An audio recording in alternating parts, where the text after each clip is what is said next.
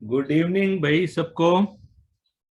Good और evening. हाँ, alert हो जाओ।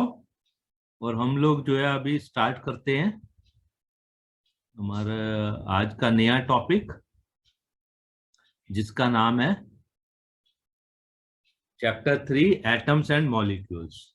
हमने अभी चैप्टर 2 में भी पढ़ा था कि जो एलिमेंट्स होते हैं, है ना, वो छोटे छोटे छोटे पार्टिकल से बना हुआ होता है। तो वो जो सबसे छोटा पार्टिकल होता है, जो जिसको हम आगे नहीं तोड़ सकते, भाई आपके पास एक बड़ा पत्थर है, उसको तोड़ते तोड़ते आप छोटा छोटा एक पार्टिकल तो लास्ट में आज बच जाएगा, उसके बाद आगे आपसे नहीं टूटेगा। तो वो पार्टिकल आगे नहीं टूटता है। तो छोटा जो सबसे छोटा पार्टिकल है, स्मॉलेस्ट पार्टिकल बियॉन्ड विच उसको फर्दर हम नहीं डिवाइड कर सकते, ब्रेक कर सकते।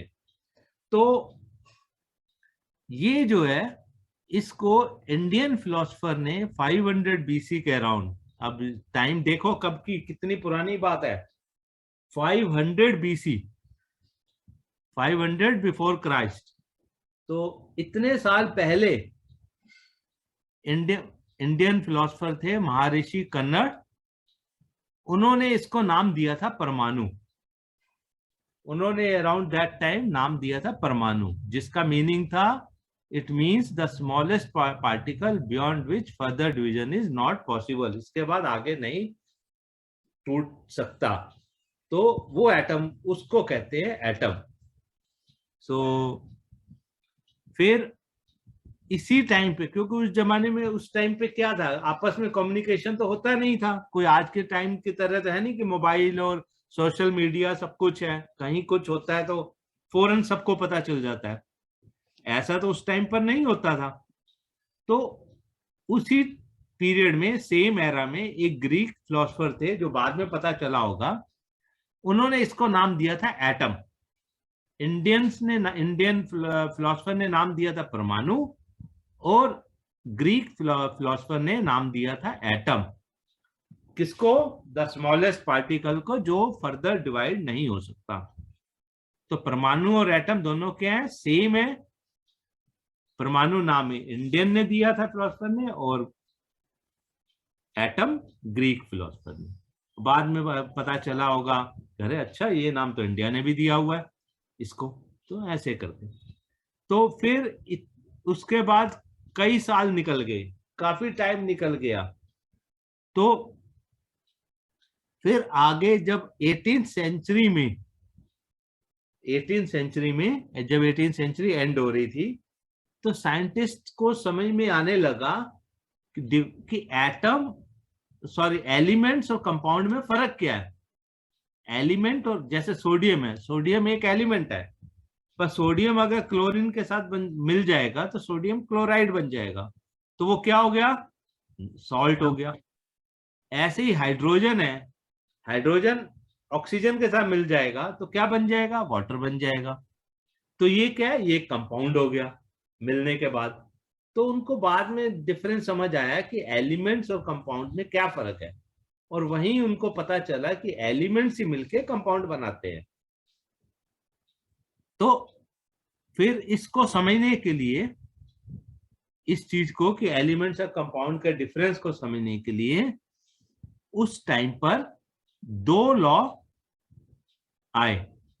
तो क्या है? To understand how and why the same और डिफरेंट एलिमेंट्स कंबाइन, सेम भी कंबाइन होते हैं, आपको मालूम है ना। सेम एलिमेंट भी, दो एलिमेंट मिलके, सेम एलिमेंट के दो एटम है, वो भी मिलते हैं। O2, O2 क्या है? ऑक्सीजन है। हाइड्रोजन H2, तो दो एटम मिल गए ना वहां, तो सेम एलिमेंट के भी मिल जाते हैं। तो इसको समझने के लिए two laws of chemical combination were establish, दो लॉज इस्टेब्लिश हुए केमिकल कॉम्बिनेशन के। ठीक है। तो अब वो दो लॉ क्या है? तो इसको जब किसी ने समझाने लगे एलिमेंट्स और कंपाउंड को कि वो कैसे बनते हैं कंपाउंड्स, तो उन्होंने कहा ये दो लॉ एप्लीकेबल है। एक लॉ है law of conservation of mass. Conservation का मतलब होता है जो चीज जैसी है वैसी रहेगी।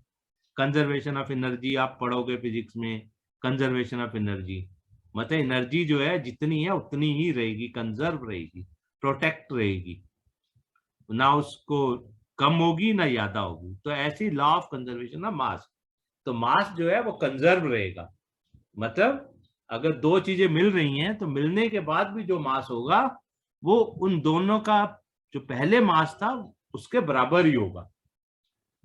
तो क्या कहता है ये, it states that mass can neither be created not destroyed in a chemical reaction. Mass जो है can neither be created not destroyed in a chemical, मतलब ना तो मास को हम क्रिएट कर सकते हैं ना हम उसको डिस्ट्रॉय कर सकते हैं, वो जितना है उतना ही रहेगा। कब? जब कोई केमिकल रिएक्शन हो रही है, मतलब दो एलिमेंट्स या दो एटम आपस में मिल रहे हैं तो उनका जो मास है हम एक्स्ट्रा मास उनमें नहीं डाल सकते, जो उनका मास है पहले वही मिलने के बाद भी होगा। तो मास can neither be created not destroyed, ये है law of conservation of mass. ऐसी एनर्जी का तुम आगे पढ़ोगे चैप्टर में, law of conservation of energy होता है वहां, तो वहां भी हम यही कहते हैं, energy can neither be created not destroyed.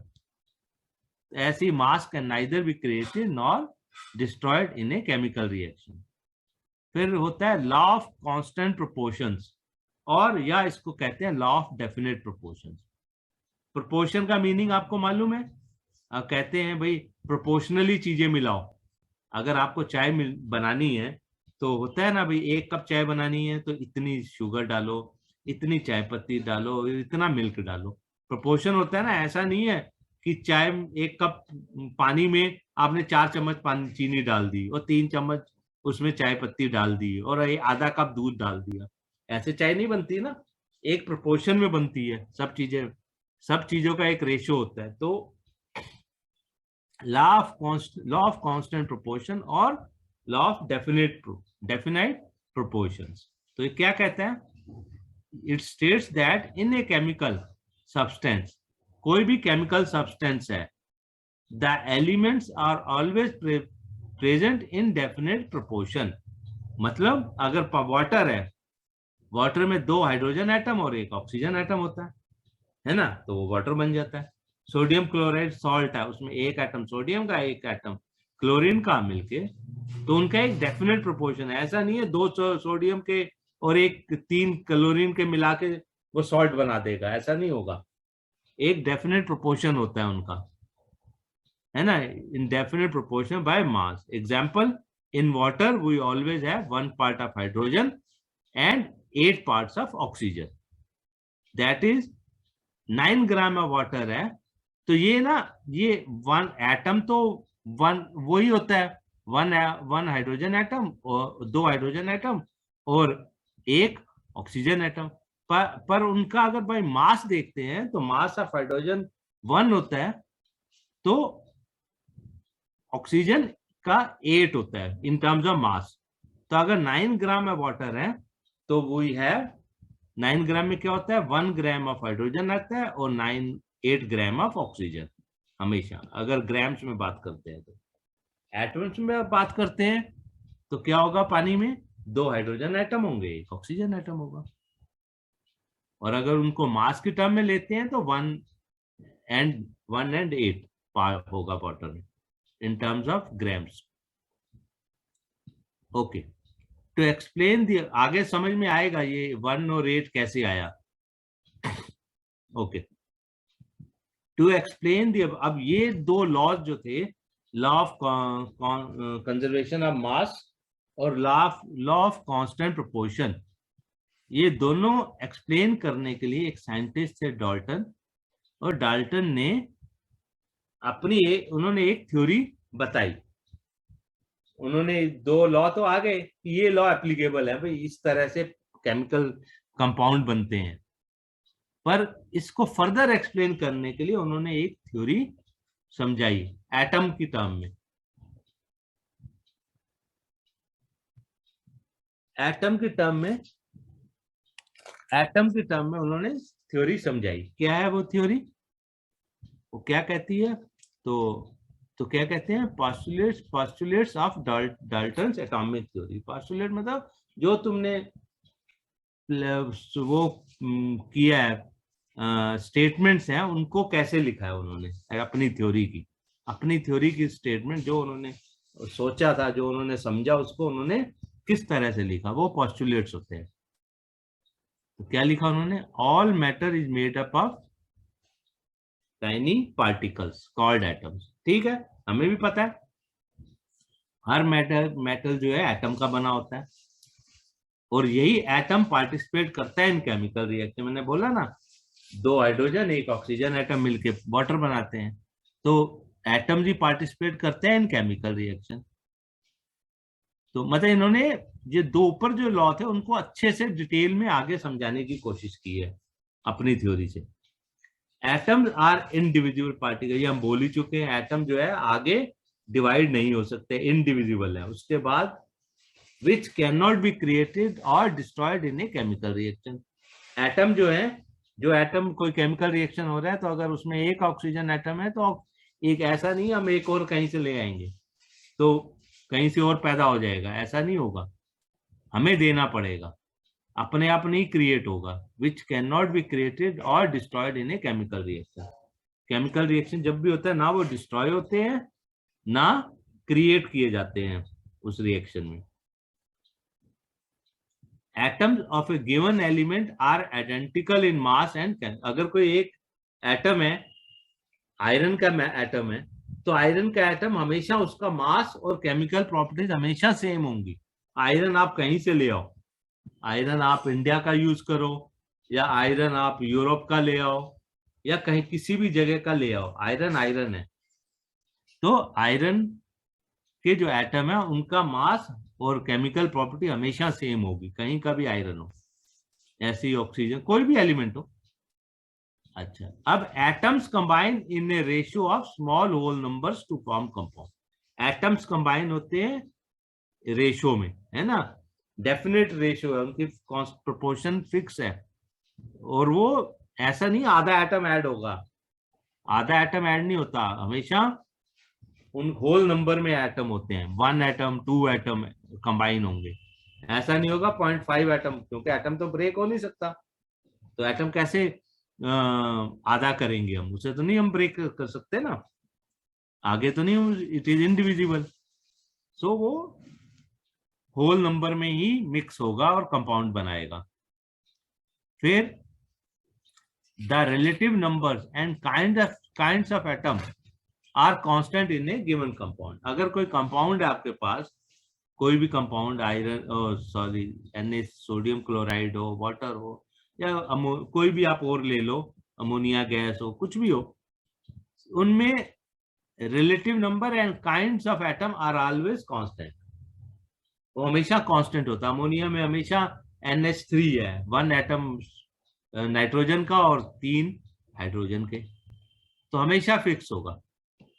अब होता है साइज ऑफ एटम, अब नहीं आता है size of atom. Size of atom आप कैसे, उसकी क्या यूनिट होती है, साइज ऑफ एटम का एक आपको आइडिया कि एटम कितना छोटा होता है, तो ये है साइज ऑफ एटम की बात कर रहा है। क्या कर रहा है ये?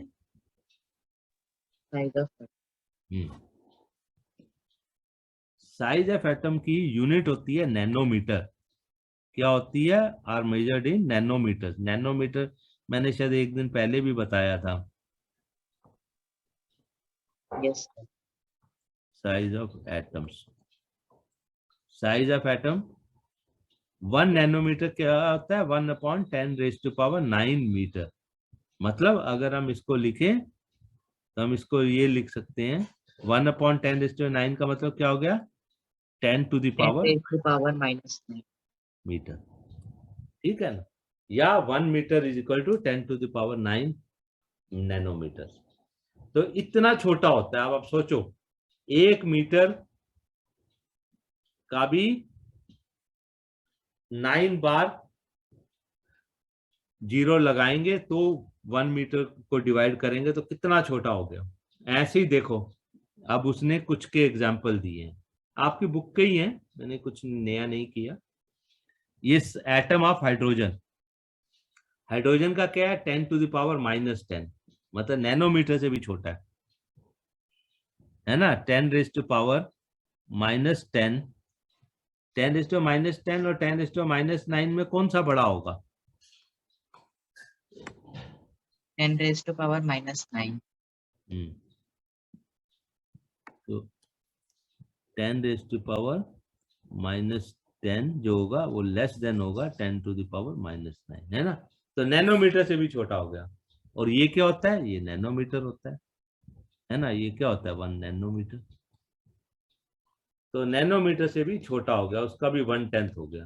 मतलब ये हो गया 10⁻⁻10 नैनोमीटर का मतलब क्या हो गया? इक्वल्स टू क्या हो गया?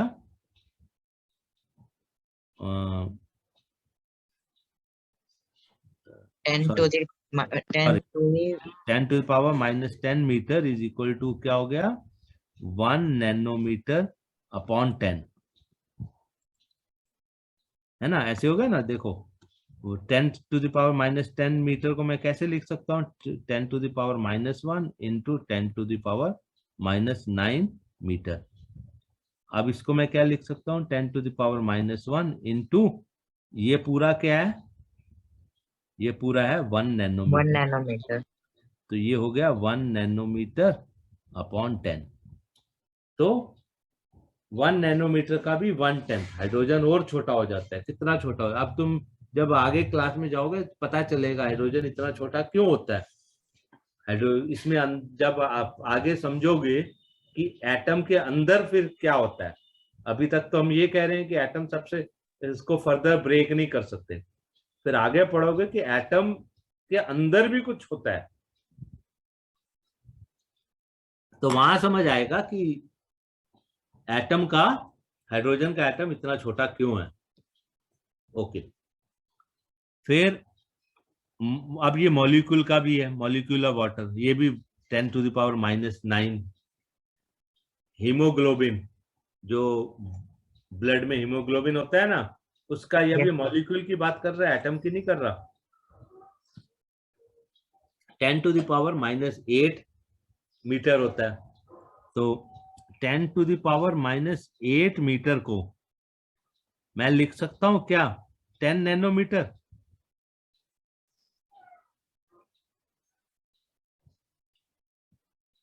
देखो 10⁻⁻8 को हम अगर ऐसे करें 10⁻⁻8 और 10 से डिवाइड कर दें और 10 से मल्टीप्लाई कर दें, हैं, तो ये दिस मच मीटर। अब इसको क्या कर सकते हैं? 10 इंटू 10⁻, ये नीचे डिनोमिनेटर वाला 10 ऊपर चला जाएगा तो 10⁻⁻9 मीटर हो गया। तो ये सारा क्या है? This is nanometre. मैं बार बार इसलिए कर रहा हूं कि आपको नैनोमीटर की फीलिंग आए और समझ में आए। 10 नैनोमीटर हो गया ना 10⁻⁻8 मीटर। ओके। अब ऐसे सैंड है, बाकी सब है। तो नैनोमीटर, अब आप लगा सकते हो एप्पल। अब आप एप्पल से समझो, एप्पल का साइज होता है, एप्पल का साइज क्या आ रहा है? 10⁻⁻, आपको फीलिंग के लिए है कि एप्पल के साइज से आप समझोगे तो कितना छोटा होता है। एप्पल का दिया उसने 10⁻⁻1 मीटर। ये साइज ऑफ एप्पल क्या दिया है? साइज ऑफ एप्पल क्या दिए? 10⁻⁻1 मीटर, है ना। तो इसको हम क्या लिख सकते हैं? 1/10 मीटर। और 1 मीटर में कितने सेंटीमीटर होते हैं? 100. 100 सेंटीमीटर। ये क्या आ गया? 10 सेंटीमीटर। डिवाइड हो जाएगा 10 सेंटीमीटर। तो एप्पल का साइज 10 सेंटीमीटर उसने बोला है। आप मेजर भी कर सकते हो। नॉर्मल एक एप्पल का साइज, बहुत छोटा एप्पल मत देखो, तो उसका आप डायमीटर देखोगे तो 10 सेंटीमीटर जितना आएगा। तो एप्पल से आप हिसाब लगाओ कि उससे कितना छोटा है। 10 एप्पल का 10⁻⁻1 है और ये 10⁻−10 है, तो कितना छोटा हो गया। ओके, फिर ये कुछ जो है, जो एलिमेंट्स हैं, हमने एलिमेंट्स की बात की कि एलिमेंट्स कौन कौन से होते हैं। अब ये एल्यूमिनियम, आर्गन, ये कुछ सिंबल्स हैं एलिमेंट्स के।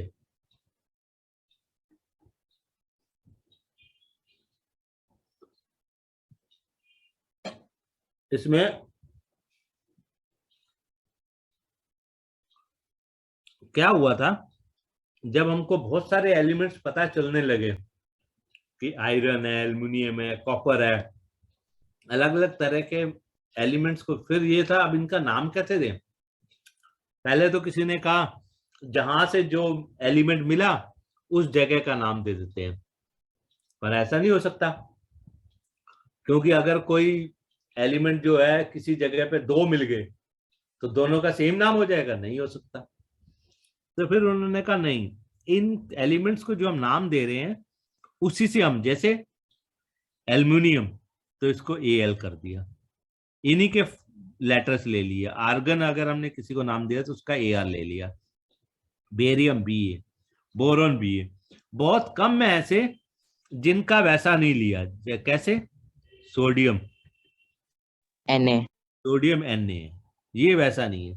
पर iron Fe, है ना, वैसे और भी कई मिलेंगे, पर मोस्टली अब गोल्ड है, इसी में ही देखो गोल्ड Au होता है ना। बाकी silver Ag, आयरन है, आयरन है, ये Fe, Fe, ये वाला है ना। और कौन सा है, इधर तो कोई नहीं है। silver सिल्वर का, सिल्वर इसमें नहीं दिया हुआ, सिल्वर, Ag, सिल्वर Ag। तो ऐसे करके कुछ एक हैं जिनका अलग है, बाकी मोस्टली का पोटाशियम K से होता potassium K, है ना, ये K से है। तो कुछ बाकी सिलिकॉन Si, सिल्वर ये रहा Ag, सोडियम Na। तो कुछ कुछ हैं जो नहीं है, बाकी कुछ हैं। जिंक Zn से दे दिया, तो मोस्टली का तो दिया है उनके नाम से ही, जो एलिमेंट का नाम है उसी से। ठीक है, तो ये था कि एटम्स के नाम, एलिमेंट्स के नाम केमिकली कैसे लिखें। तो ये एक तरीका लगा ये बेटर है, तो उसको फॉलो किया गया। फिर होता है, हमने अभी ऊपर बात की थी कि हाइड्रोजन में 1 ग्राम ऑफ, अगर वाटर है तो उसमें 1 ग्राम ऑफ हाइड्रोजन होगा और 8 ग्राम ऑफ ऑक्सीजन होगा, इन तो टोटल 9 ग्राम ऑफ वाटर हो गया। तो इसका मतलब है बेसिकली तो एटम से बना है वाटर, तो इसका मतलब एटम का कुछ मास होगा, तभी तो 1 ग्राम और 8 ग्राम की बात हो रही थी वहां। तो फिर ये है एटॉमिक मास, इसलिए मैंने वहां पे बहुत ज्यादा वैसे नहीं बताया, आगे धीरे धीरे आएगा। तो atomic mass, atomic mass, atom मतलब सिंपल है, एटम का मास, है ना। पहले एटॉमिक मास यूनिट को, एटॉमिक मास की यूनिट जो थी, एटॉमिक मास की यूनिट जो थी पहले क्या होती थी, उसको एटॉमिक मास यूनिट को AMU लिखते थे। बहुत बहुत पहले नहीं, मतलब कुछ टाइम पहले ही तक AMU। बाद में ये हुआ कि नहीं, ऐसे नहीं लिखेंगे, सिर्फ U लिखेंगे। बाद में AMU पूरा नहीं लिखते, अब सिर्फ U लिखते हैं। पुरानी, बहुत थोड़ी पुरानी बुक्स देखोगे तो शायद कहीं AMU लिखा हुआ मिल भी जाए, पर आजकल अब U से लिखते हैं काफी टाइम से। तो एटॉमिक मास यूनिट की, एटॉमिक मास की यूनिट क्या होती है, U। तो अब ये है कि ये होता कितना है भाई, इसे तो हम कुछ रेफरेंस लेना पड़ेगा ना। एटम को ऐसे तो उसको किसी के रेफरेंस में एटम्स की बात हो रही है, तो फिर हमने कार्बन 12 के एटम से उसको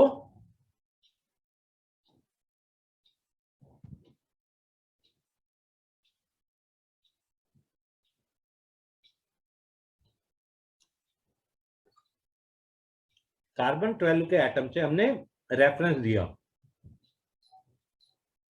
जैसे 1 ग्राम है या 1 kg है, 1 kg आप लेते हो कुछ सामान, तो 1 kg क्या है? वेट है किसी चीज का। पर 1 kg इटसेल्फ है क्या? किसको हम 1 kg मानते हैं? भाई भगवान ने तो दिया नहीं था कि इतने वेट को आप 1 kg बोलो, ऐसा तो किसी ने नहीं दिया ना। तो ये कहां से आया 1 kg? 1 मीटर लंबाई, लेंथ है 1 मीटर, कहां से आई? तो ये जो यूनिट्स होती है बेसिक यूनिट, कौन कौन सी? कुछ बेसिक यूनिट्स होती है, मैंने शायद फर्स्ट लेक्चर में बताया था। तो कुछ बेसिक यूनिट जो होती है किसकी? लेंथ की, मास की और टेम्परेचर, है ना। तो ये जो बेसिक यूनिट्स हैं इनका एक रेफरेंस है, मतलब लैब में ये माना गया कि इतने वेट को हम 1 kg कहेंगे। तो वो स्टैंडर्ड वेट जो है लैब्स में रेफरेंस के तौर पे रखा हुआ है, उसी के रेफरेंस से ही सारे ये जो वेट जो तराजू में रखते हैं शॉपकीपर्स, तो उस रेफरेंस से ये सारे वेट बने हुए हैं, कोई घर में नहीं बनाता। वो रेफरेंस जो पकड़ा हुआ है, जो लैब्स में एक स्टैंडर्ड लैब, इसको फिजिकल लैब्स होती हैं गवर्नमेंट ऑफ इंडिया के पास, तो वहां पे रखा हुआ है रेफरेंस, इसको 1 kg कहते हैं। तो उसी के रेफरेंस में सब वेट्स बनते हैं, चाहे केजी का हो, चाहे ग्राम हो, चाहे लेंथ के लिए मीटर हो, किलोमीटर हो, जो भी है उस स्टैंडर्ड को लेके चलते हैं। ऐसे ही जो है केमिस्ट्री में एटॉमिक मास के लिए वो स्टैंडर्ड क्या माना गया? 1 एटॉमिक मास यूनिट क्या होती है? Is the mass unit equal to exactly 1/12 the mass of 1 atom of carbon 12। Carbon 12 atom जो है, कार्बन 12 एटम का जो मास है उसका 1/12 पार्ट, वो मास, वो क्या है? 1 एटॉमिक मास यूनिट, वो रेफरेंस है। कार्बन 12 एटम जो है रेफरेंस है, और उसका 1/12 जो मास है, 1/12 of mass of carbon atom, carbon 12 atom, वो है यूनिट 1 एटॉमिक मास यूनिट या मास यूनिट। ठीक है, समझ आई कुछ बात? तो ये एक रेफरेंस है हमेशा। तो यहाँ पे एटम के लिए ये रेफरेंस लिया जाता है। जैसे देखो अब हाइड्रोजन, हाइड्रोजन का 1 मास, 1 हाइड्रोजन का 1 होता है, कार्बन का 12, नाइट्रोजन का 14, ऑक्सीजन का 16, सोडियम का, मतलब कार्बन से ये सब, नाइट्रोजन, ऑक्सीजन, ये सब कार्बन से इसके एटम हैवी हैं, इन सब के एटम हैवी है। एक क्लोरीन है जो 35.5 होता है, आगे बताएंगे इसका क्या चक्कर है। बाकी सब होल नंबर होते हैं, ठीक है, बाकी सब होल नंबर है। तो ये कैल्शियम 40, तो कैल्शियम बहुत है, हैवी है कार्बन से, ठीक है ना। तो जो हैवी है कार्बन से उनका ज्यादा होगा, जो है कार्बन से हल्के हैं एटम्स वो उनका कम होगा, ठीक है। सो ये तो हो गया आपका कि कोई पूछे एटॉमिक मास यूनिट कैसे हुआ, तो this is a reference. Reference किसका? कार्बन 12 एटम, कार्बन 12 के एटम को रेफरेंस लिया है, और उसका 1/12 part, 1/12 of that mass is equal to 1 mass unit. Okay, so अब है एटम के बारे में आगे। एटम्स और most of elements are not able to, मतलब atom most of the element के इंडिपेंडेंट नहीं हो सकते, मतलब वो इंडिपेंडेंट एक एटम नहीं रह सकता। एटम खुद जो है, कोई किसी का एटम है तो वो कोई एलिमेंट है, तो वो एलिमेंट का एटम जो है अपने ही एलिमेंट के एटम से, सेम एलिमेंट के एटम से मिलके भी मॉलिक्यूल बना देगा, वो independently most of the element, सब नहीं, मोस्ट ऑफ द एलिमेंट जो है वो इंडिपेंडेंट नहीं रह सकते, अकेले नहीं रह सकते, वो मिलके या तो क्या करेंगे, वो एटम बना लेंगे और मॉलिक्यूल बना लेंगे, दो एटम मिलके, दो या तीन जो भी है, और नहीं तो क्या करेंगे, आयन बना लेंगे। अब आयंस जो होता है, आयंस मतलब होता है कि एटम अपना आप इलेक्ट्रॉन छोड़ दे।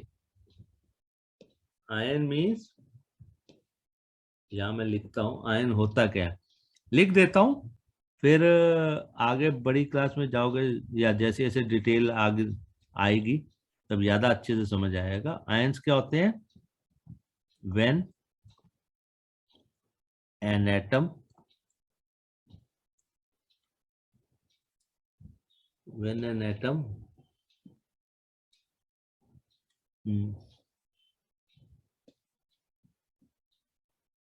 gain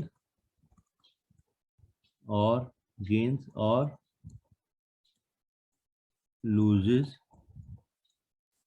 an electron, अगर कोई एटम loses इलेक्ट्रॉन, एन भी नहीं, loses इलेक्ट्रॉन, अगर कोई एटम जो है या तो इलेक्ट्रॉन ले लेता है या अपना इलेक्ट्रॉन छोड़ देता है तो वो आयन बन जाता है। ये आयन क्या होते हैं, कोई पूछे तो आयन आप बता सकते हो कि अब इलेक्ट्रॉन की डिटेल में नहीं जाएंगे हम, भाई इतना ये भी याद रखेंगे कि आयंस क्या होते हैं, अगर कोई एटम इलेक्ट्रॉन गेन करता है या लूज कर देता है, एक या दो कुछ भी, तो वो आयन बन जाएगा।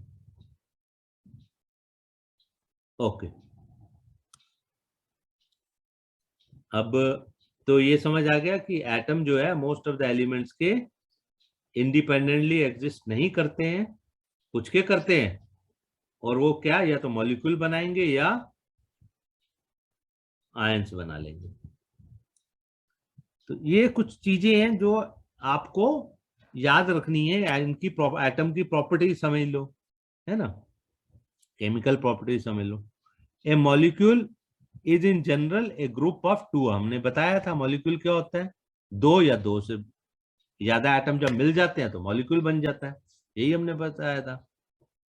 That are chemically bonded together, मतलब वो केमिकली आपस में बॉन्डेड है, तभी तो जुड़ेंगे ना, दो एटम जुड़ेंगे तो उनके बीच में बॉन्ड है, कुछ बॉन्डिंग है, केमिकल बॉन्डिंग, जिससे वो दो एटम या दो से ज्यादा एटम मॉलिक्यूल बनाएंगे।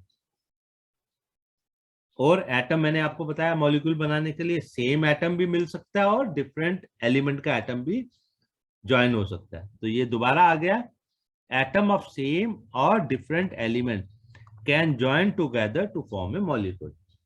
मॉलिक्यूल क्या होता है, तो अब आपने मॉलिक्यूल समझ लिया। मॉलिक्यूल क्या होता है कि ग्रुप ऑफ टू और मोर एटम्स, और वो एटम सेम एलिमेंट के भी हो सकते हैं या डिफरेंट एलिमेंट्स के भी हो सकते हैं, और वो ज्वाइन करेंगे तो मॉलिक्यूल बनेगा। एग्जाम्पल आप, अब इसमें क्या होता है, एग्जाम्पल्स में आर्गन है, आर्गन जो है वो सिंगल है, AR, ये सिंगल एटम है, तो इसको ऐसे को हम कहते हैं मोनो एटॉमिक। मोनो मतलब क्या होता है, मोनो का मीनिंग मालूम है, मोनो, मोनो मतलब होता है one, di two, tri three, इतना ही याद रखो। मोनो मतलब वन, डाई मतलब टू, ट्राई मतलब थ्री। तो मोनो एटॉमिक मतलब सिंगल एटम होता है आर्गन का। ऑक्सीजन है आर्गन, हीलियम भी, whereas oxygen, sodium chloride oxygen हो या सोडियम क्लोराइड हो, ये क्या है, डायटोमिक है, मतलब इनमें दो एटम है। ऑक्सीजन में दो, ऑक्सीजन में क्या होगा, वेयर एज ऑक्सीजन, ऑक्सीजन में क्या होगा, ऑक्सीजन में O+O होता है। ऑक्सीजन, ऑक्सीजन में क्या होता है, O2 को ऑक्सीजन कहते हैं ना, मतलब इसमें क्या हो गया, O+O, दो एटम हो गए ना, NaCl सॉल्ट, इसमें क्या है, Na भी है और सोडियम और क्लोरीन भी है ना, तो ये डायटोमिक हो गए, 2 एटम हो गए। और ओजोन, ओजोन क्या होती है, O3, ये ट्राई हो गई। ऑक्सीजन के बाद ओजोन में एक और ऑक्सीजन, एक और वो ऐड कर दे हम ऑक्सीजन एटम, तो वो ओजोन बन जाता है ना, O3, तो ट्राई एटॉमिक हो गया। तो ये हो गया मोनोएटॉमिक, डायटोमिक एंड ट्राइएटॉमिक। तो क्या होता है, the number of atom constituting a molecule is known as atomicity. मतलब किसी मॉलिक्यूल में कितने एटम है वो बताता है उस मॉलिक्यूल की एटॉमिसिटी। मतलब ओजोन की एटॉमिसिटी क्या हुई, ओजोन की atomicity of ozone, atomicity of ozone क्या हुई, 3। एटॉमिसिटी ऑफ ऑक्सीजन क्या हुई, 2। एटॉमिसिटी ऑफ सोडियम क्लोराइड क्या हुई, 2, है ना। तो ये बताता है एटॉमिसिटी ऑफ आर्गन क्या हुई, 1। तो ये ठीक है। तो ऐसे हो गया, मोनोएटॉमिक के एग्जांपल हो गए यहाँ, ऑक्सीजन, हाइड्रोजन, नाइट्रोजन, ये डायटोमिक के हो गए, है ना।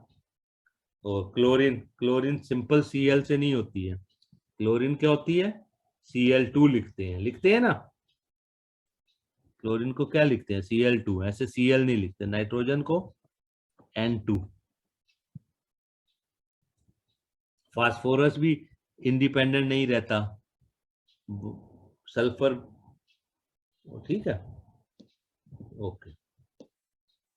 पॉली मीन्स मोर देन, तो